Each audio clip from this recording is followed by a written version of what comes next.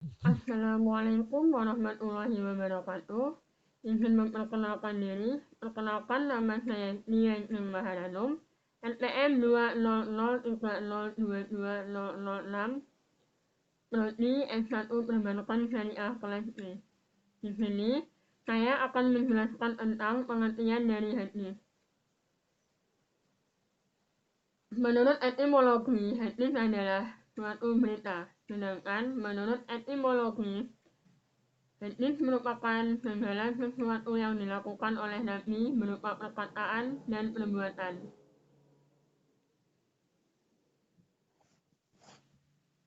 Di sini juga saya akan menjelaskan tentang pembagian hadis.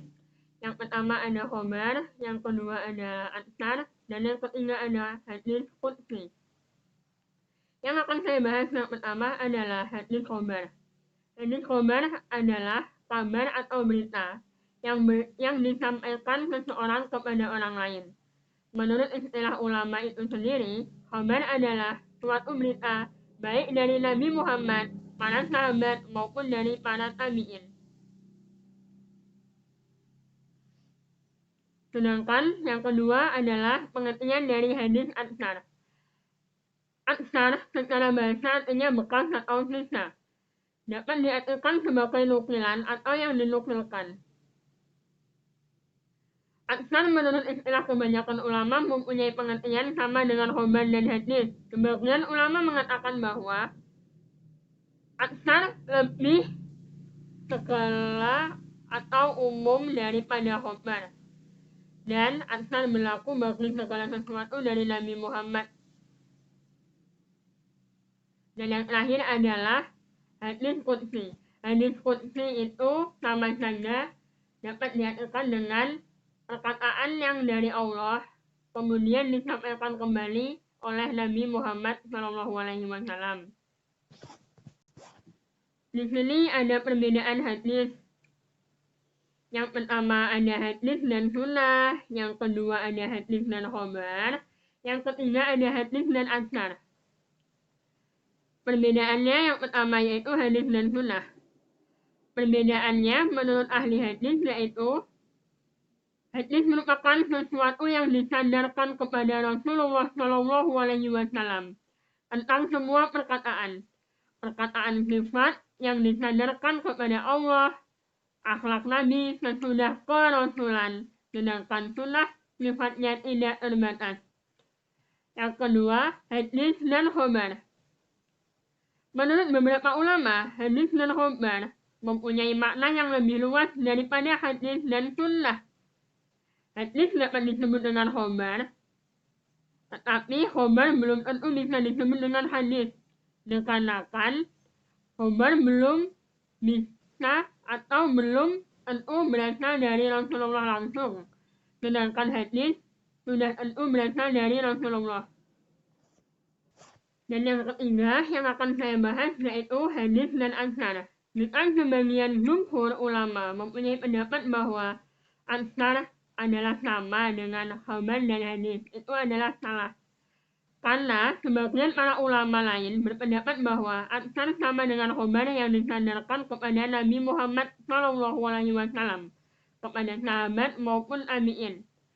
Memakainya untuk perkataan Rasulullah adalah hadis marfu'. Oleh karena itu, atsar belum tentu hadis dan hadis sudah pasti atsar.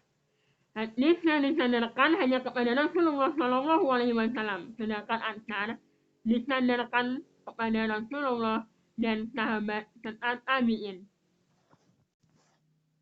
Ada yang tahu apa unsur-unsur dalam hadis?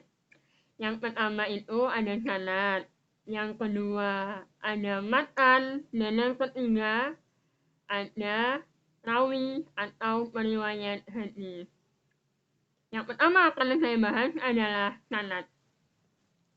Sanad merupakan unsur penyusun dalam hadis. Sanad memiliki arti sandaran atau tempat untuk bersandar, artinya jalan yang bersambung sampai kepada matan dan para rawi-rawi hadis atau periwayat hadis. Dalam ilmu hadis, sanad adalah rangkaian urutan orang-orang yang menjadi sandaran atau jualan yang menghubungkan suatu hadis atau sunnah sampai pada Nabi Muhammad SAW. Dimulainya sanad adalah dari awal tersebut hingga sampai kepada sahabat Rasulullah, seorang imam Muslim, atau diriwayatkan oleh suatu hadis. Pengertian lain muncul sebagai berikut.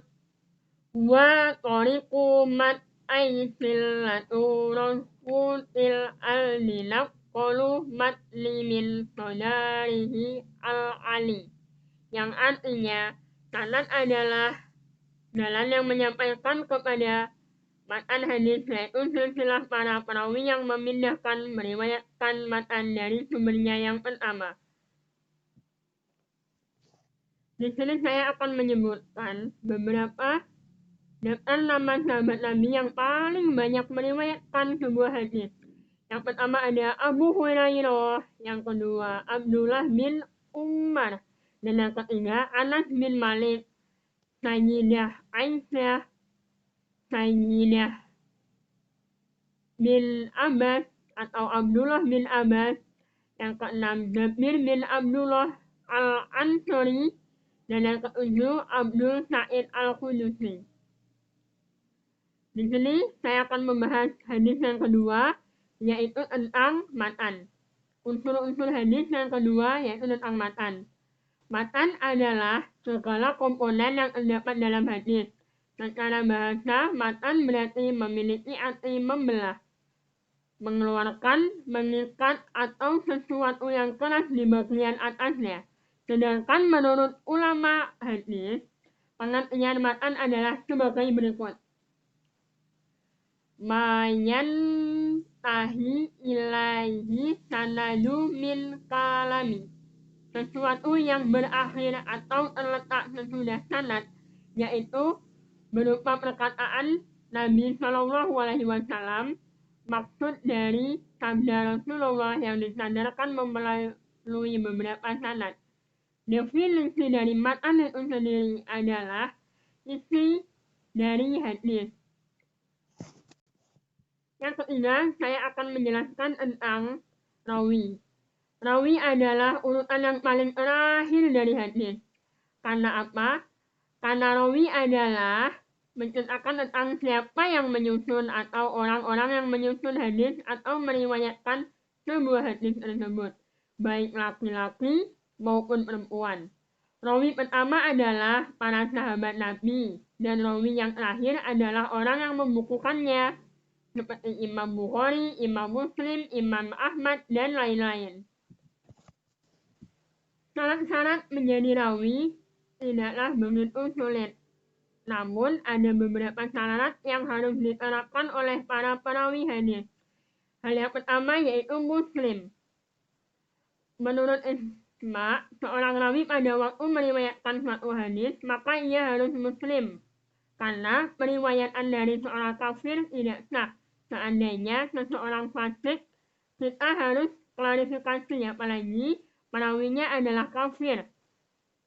Yang kedua, harus adil. Adil dalam konteks studi Islam berarti persaksian atau hukum. Menurut Muhadiyah, yang dimaksud adil adalah rawi hadis adalah istimatuddin dan al-mar'u'ah. Istilah adalah melaksanakan kewajiban-kewajiban dan menjauhi perbuatan-perbuatan haram yang mengakibatkan pelakunya fasik. Yang ketiga balik, yang keempat berakal, yang kelima tidak pernah melakukan dosa besar, tidak sering melakukan dosa kecil, dan yang ketujuh adalah David. David adalah kuat hafalannya, yang ingatannya atau hukum bacaannya pun kuat. Jadi, David dapat memelihara kitab, hadis, dan gurunya. Intinya, yaitu David adalah orang yang kuat hafalannya, orang yang kuat atau yang diberi ilmu oleh para gurunya, dan ia kuat ingatannya serta dia membentuk hadis. Pembagian David ada dua. Yang pertama adalah David dalam arti kuat hafalannya, serta daya ingatnya, dan bukan pelupa yang sering disebut dengan istilah David al-Sadri. Yang kedua yaitu David dalam arti pemelihara kitab hadis dan gurunya sebaik-baiknya, sehingga tidak mungkin ada perbuatan yang disebut dengan David al-Kitabah. Mungkin itu saja yang dapat saya sampaikan. Untuk kurang lebihnya mohon maaf. Saya ucapkan wassalamualaikum warahmatullahi wabarakatuh.